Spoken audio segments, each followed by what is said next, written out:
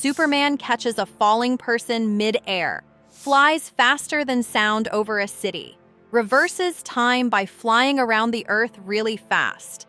All of it looks incredible. All of it is, scientifically speaking, a complete disaster. Today we're putting the Man of Steel through actual physics, actual biology, and actual math.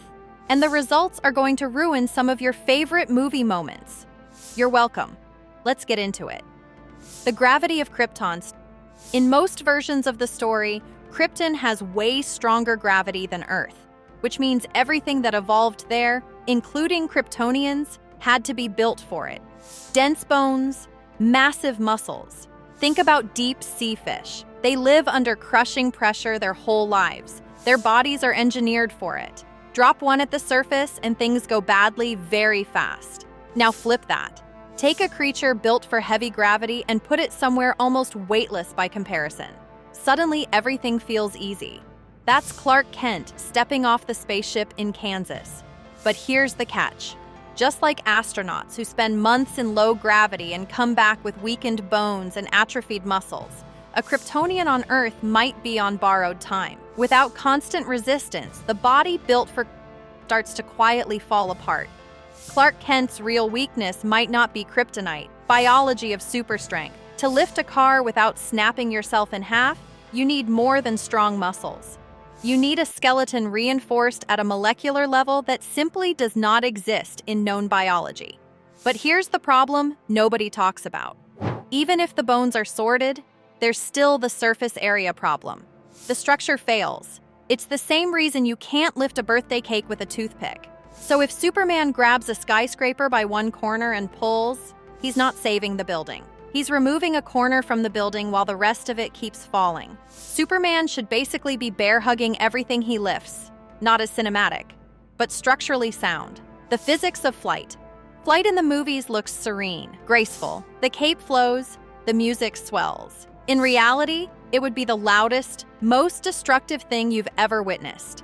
Breaking the sound barrier creates a sonic boom, a shockwave powerful enough to shatter windows, damage buildings, and cause immediate hearing injury to anyone nearby. Superman casually flying over Metropolis at full speed isn't heroic.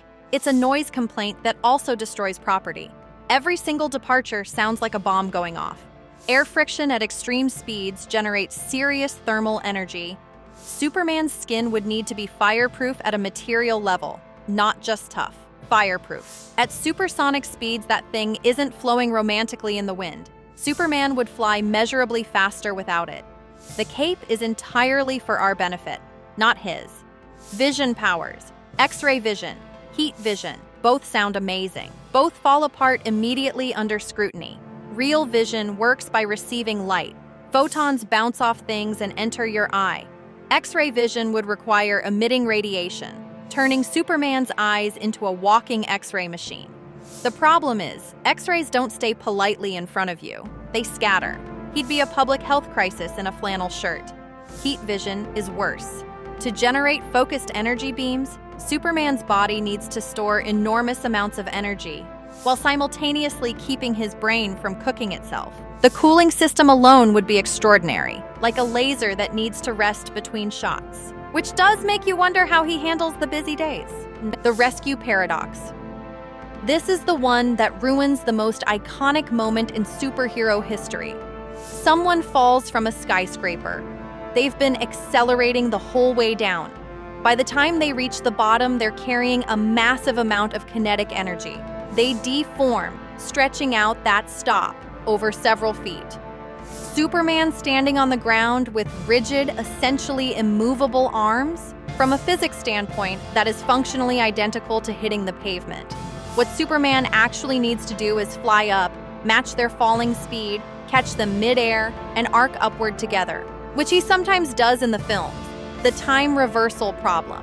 And now, the most scientifically unhinged moment in Superman history, flying around the Earth fast enough to reverse time.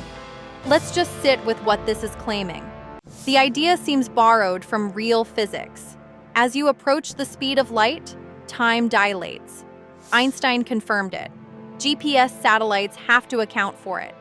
But here's what that actually means. Superman flying very fast would experience time more slowly than people on the ground. He would arrive in the past relative to himself, not rewind the world like a VHS tape. To actually reverse time, he'd need to travel faster than light.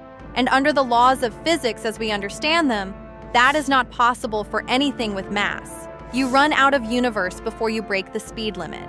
It would cause causality violations, effects happening before causes, timelines fracturing, the kind of thing that makes physicists need to lie down. Superman reversing time by flying fast isn't science with creative liberties. Super hearing.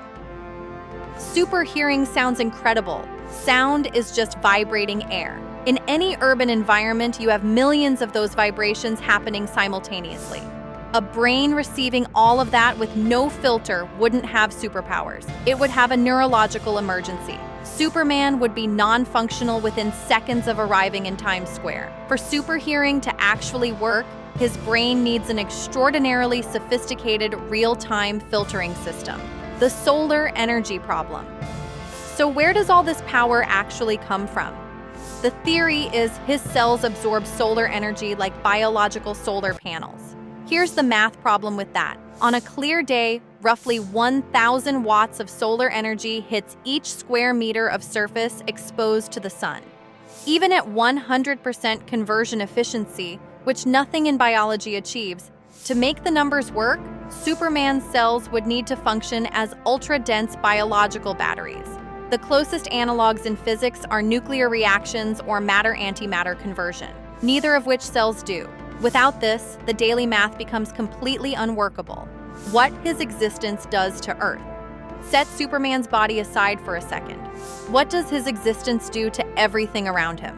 The air displacement at that scale creates pressure waves. Scientific institutions would completely reorient around studying him. Insurance premiums in Metropolis would be catastrophic. And here's the deeper problem. Modern infrastructure is engineered around predictable forces within a known range.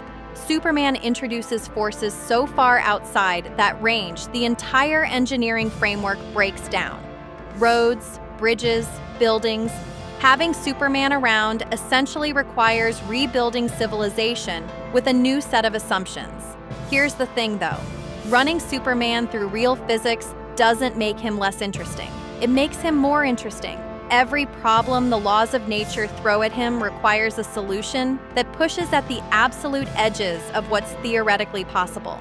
Biology that stores nuclear-level energy. A brain processing millions of signals in real time. Bones that don't exist. A rescue technique that requires matching someone's falling speed midair. The comics always knew, on some level, that Superman was less a person and more a question. What would it actually take for this to be real? The answer is basically everything in physics getting quietly renegotiated. If you want more science-picking fights with fiction, subscribe, hit the bell. We've got a lot more where this came from. Drop a comment below. Which power surprised you the most? We read all of them. See you in the next one.